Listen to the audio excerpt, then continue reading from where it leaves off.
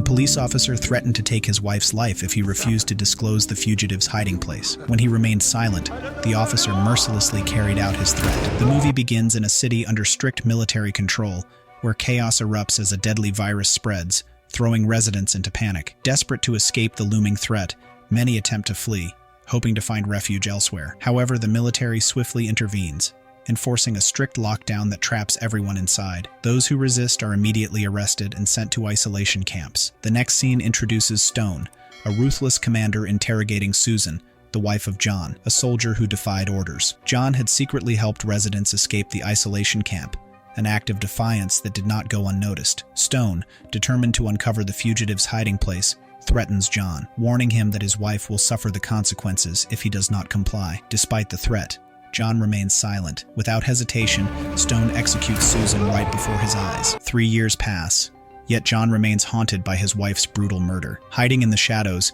he has spent every moment sharpening his combat skills, fueled by an unrelenting thirst for vengeance. Once a Special Forces member under Stone's command, John had witnessed firsthand the atrocities committed by his unit. Under the guise of eradicating the virus, they had slaughtered countless innocent civilians, victims of a fabricated crisis designed to serve Stone's sinister ambitions. Unable to ignore such cruelty, John had spoken out against his superior's brutal actions. Instead of being heard, he was labeled a traitor. During a medical examination, doctors discovered that John possessed natural immunity to the deadly virus. Recognizing his potential to aid in the creation of a vaccine, the medical team proposed using his blood for research. John, however, refused to become their test subject. When they attempted to detain him, he fought back fiercely, eventually escaping into the depths of the wilderness. The tragic memories of his wife's death continued to torment him, his pain mingling with the guilt of having once taken innocent lives under Stone's command. One night, as John struggled with his thoughts, he stumbled upon an unconscious woman lying injured on the ground. Without hesitation, he carried her back to his cabin and tended to her wounds. The following morning, she regained consciousness and introduced herself as Maria. While treating her injury, John discovered a bullet lodged deep within her body. As he carefully extracted it, his expression hardened. This was no ordinary bullet. It contained an advanced tracking device. Maria lost consciousness again from the pain. As John cleaned her wound, he noticed a barcode on her wrist, a clear sign that she was being hunted by special forces. When she finally awoke, John spoke in a firm tone. "You can rest here for now, but once you recover, you need to leave." He wanted nothing to do with trouble, especially when he was already a target himself. 2 days later, Special Forces operatives arrived at John's cabin, having traced Maria's location through the tracking device. They demanded he reveal her whereabouts, but John remained silent. Sensing danger, the soldiers prepared to search the cabin. Without warning, John launched a swift and brutal attack, taking them down within seconds. At the same time, Maria struck back, eliminating one of the operatives. As she watched John fight, she realized he was no ordinary man. Maria grew curious about John, but he remained guarded, refusing to share details about his past. Meanwhile, the deaths of the Special Forces members quickly reached their superiors, Roy and Lucy. Recognizing the gravity of the situation, they wasted no time in reporting to their commander, Stone, the very man responsible for John's suffering. Anticipating retaliation, John poured all his energy into strengthening their hideout, preparing for the inevitable attack. Late that night, as he and Maria sat by the fire, she finally opened up. Like John, she carried DNA that made her immune to the deadly virus, making her a prime target for the military. The Special Forces sought to capture her, not to save lives, but to ensure that the vaccine would be reserved only for those in power. The common people, those infected, would be left to die. Maria knew the truth. This was not a humanitarian mission, but a calculated move to tighten the military's control over the city. Fate had brought her to John, another rare individual with natural immunity. Yet, unlike her, he had endured the pain of losing a loved one at the hands of the very people they now fought against. Maria then revealed a dark chapter of her past. Once a thief, she had been imprisoned before the outbreak. When the virus spread through the facility, nearly everyone, prisoners and guards alike, perished. She alone survived, not by luck, but because of her immunity. Determined to prepare for the battle ahead, John began training Maria in weapon handling. He knew that she needed to be ready to defend herself. Before long, 3 Special Forces operatives emerged from the depths of the forest, moving toward their hideout. John quickly devised a plan. Stepping into the cabin, he lured them closer before striking, taking down 2 in an instant. However, the 3rd soldier managed to capture Maria, using her as a hostage. As he threatened John, he failed to notice the shadowy figure lurking within the cabin. Taking precise aim, John fired a fatal shot, eliminating the last soldier before stepping out to finish the job. When the missing operatives failed to return, their superiors ordered another team to track Maria down. However, they remained unsure if her protector was truly John, the former Special Forces warrior once feared as a lethal asset. Meanwhile, John and Maria braced themselves,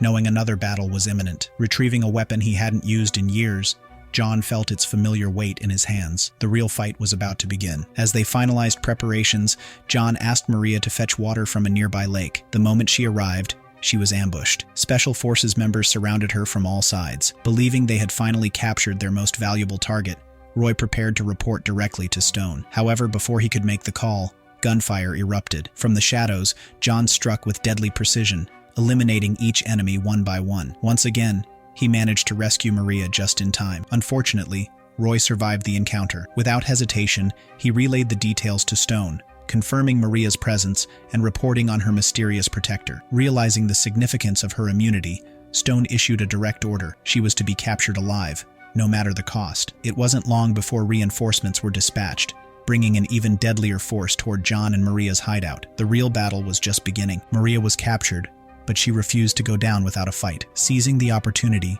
she launched a counterattack and systematically took down the entire Special Forces squad. When news of the disastrous failure reached Stone, he flew into a rage. This time, he deployed an even larger force with a clear directive: eliminate the one who helped Maria escape. Before long, the new wave of soldiers arrived at John's cabin, ready for a fight to the death. Gunfire erupted violently as fierce clashes broke out. Once again, John was fully prepared. Not only did he have a clear strategy, but he also took full advantage of the familiar terrain to set deadly traps for his enemies. In contrast, the Special Forces operatives struggled in the unfamiliar environment, desperately trying to reach their target. Every step they took led them straight into John's carefully laid traps. In the end, just as expected, they met the same fate as their fallen comrades before them, eliminated one by one with ruthless precision. While surveying the forest, John unexpectedly came face to face with Roy, an old friend who had now become his enemy. Without warning, the two clashed in a fierce battle. Roy was not an easy opponent to take down. He launched relentless attacks, forcing John to retreat again and again. John fell multiple times, each time seeming as if he wouldn't be able to get back up. At the same time, Maria was captured by the enemy, but John refused to fall. Despite his exhaustion, he gritted his teeth and pushed himself to his feet. He knew he couldn't lose Maria. No matter what, he had to find her. Meanwhile, Roy escorted Maria to the tunnel, where the soldiers had gathered, awaiting orders. John happened to overhear Stone's instructions through a communication device from a soldier he had taken down. Realizing that the enemy was converging in the tunnel, he immediately rushed there. However, John had no idea that it was a trap set by Stone. Upon entering the tunnel, he quickly encountered Roy once again. With no other choice, the two of them charged into a life-or-death battle. Meanwhile, Stone and his army had set up an ambush at the end of the tunnel, waiting for Roy to bring Maria back. In the battle, John was gradually losing ground against Roy's experienced attacks, but he held his ground, waiting for the right moment to strike back. Finally, the decisive moment arrived, and John turned the tide, taking down Roy. Without hesitation, he immediately rescued Maria and led her out of the tunnel. However, just as they reached the exit, they ran into a squad of soldiers who had set up a trap, blocking their way out. Another confrontation was about to begin. With no other choice, John and Maria had to charge into the battle. Using their superior combat skills,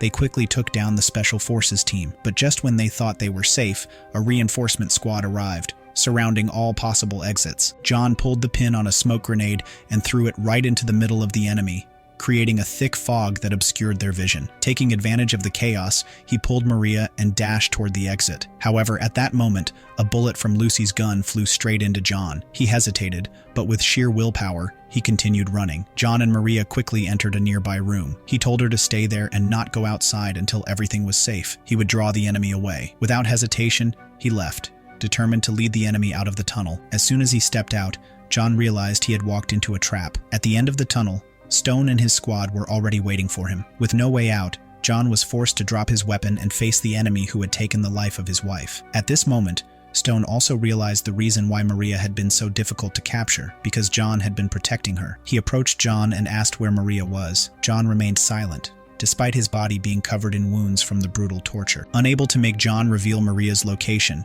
Stone challenged John to a one-on-one fight. Stone, feeling challenged, gladly accepted. In the end, John defeated Stone right before his soldiers' eyes. The entire battlefield fell silent, with only the heavy breaths of the defeated man breaking the stillness. Stone, unwilling to accept defeat, tried to get up and ordered his soldiers to hand him a weapon, but his soldiers just stood there, their eyes cold and unyielding. After years of enduring his brutality, they no longer wanted to obey. Enraged, Stone charged forward, snatching a gun from one of his men, but as soon as he pulled the trigger, the bullet from the barrel pierced his own body, a trap that had been set. At that moment, Maria stepped out of the shadows, holding 2 grenades in her hands, threatening to blow herself up if Lucy didn't release John. Lucy reluctantly agreed to Maria's demand. Maria was escorted back to headquarters, while John was left alone in the desolate forest. However, no one knew that before this, John had secretly given Maria a sample of his blood, hoping that it could eventually be used to create a vaccine, so it wouldn't fall into the hands of the ruthless authorities. In the end,